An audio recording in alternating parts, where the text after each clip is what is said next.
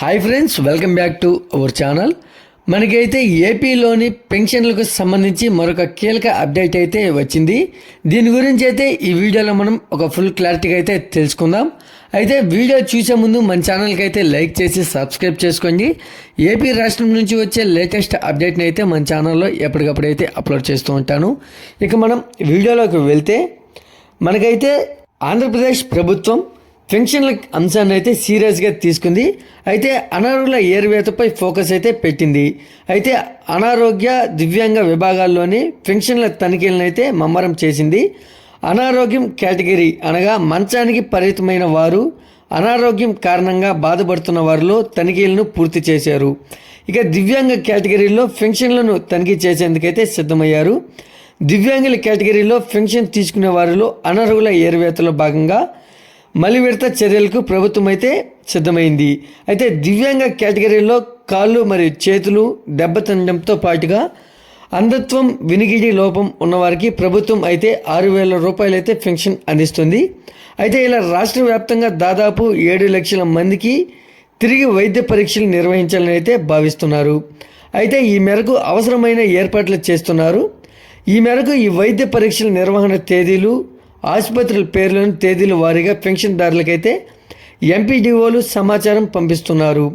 ఈ వారంలో లేని పక్షంలో వచ్చే నెలలో పరీక్షలు ప్రారంభించాలని అయితే భావిస్తున్నారు. అయితే మనకు రాష్ట్ర వ్యాప్తంగా మొత్తం 700 మెడికల్ టీంల ద్వారా పరీక్షలు అయితే చేపట్టనున్నారు.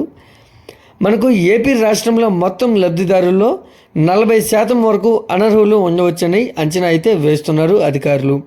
అయితే మనకు గతంలో కొందరు వైద్యుల ద్వారా కాళ్ళు మరియు చేతులు వంకర లేకుండా, వినికిడి లోపం లేకుండా ఉన్నట్లుగా ధృవీకరణ పత్రాలు పొంది పెన్షన్ తీసుకుంటున్నారనే ఫిర్యాదులు వచ్చాయి. దీంతో ప్రభుత్వం పెన్షన్ల తనిఖీలు అయితే చేపట్టారు.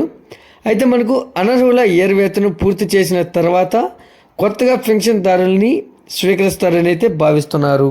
అయితే ఏపీలోని కూటమి ప్రభుత్వం అధికారంలోకి వచ్చిన తర్వాత పెన్షన్ను పెంచుతూ నిర్ణయం అయితే తీసుకుంది.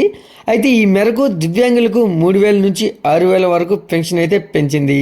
అయితే అలాగే వివిధ వ్యాధులతో పాటు పూర్తి వైకల్యంతో బాధపడుతున్న వారికి ప్రతి నెల పెన్షన్ను 15,000 పెన్షన్ అందజేస్తున్నారు. అయితే వీరిలో అనర్హులు ఉన్నట్లు ఫిర్యాదులు రావడంతోనే తనిఖీలు చేపట్టినట్లు ప్రభుత్వం అయితే చెబుతుంది. అయితే అనారోగ్య దివ్యాంగ విభాగాల్లోని పెన్షన్ తనిఖీలు అయితే మొదలయ్యాయి.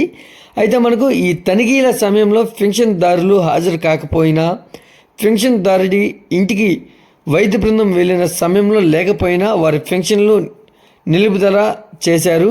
అయితే ఈ తనిఖీ ప్రక్రియను కూడా ఫిబ్రవరి 18వ తేదీలోగా పూర్తి చేయాలని అయితే నిర్ణయించినట్లు తెలుస్తుంది. అయితే ఈ పెన్షన్ల తనిఖీలు పూర్తి చేసిన తర్వాత కూడా వాటిలో మళ్ళీ 5% మంది లబ్ధిదారుల వివరాలను ర్యాండమ్గా చెక్ చేయాలని ప్రభుత్వం నిర్ణయించింది.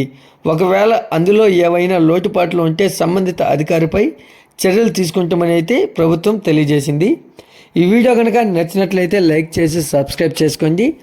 మరొక లేటెస్ట్ అప్డేట్తో మీ ముందుకు తీసుకొస్తాను. Thanks for watching.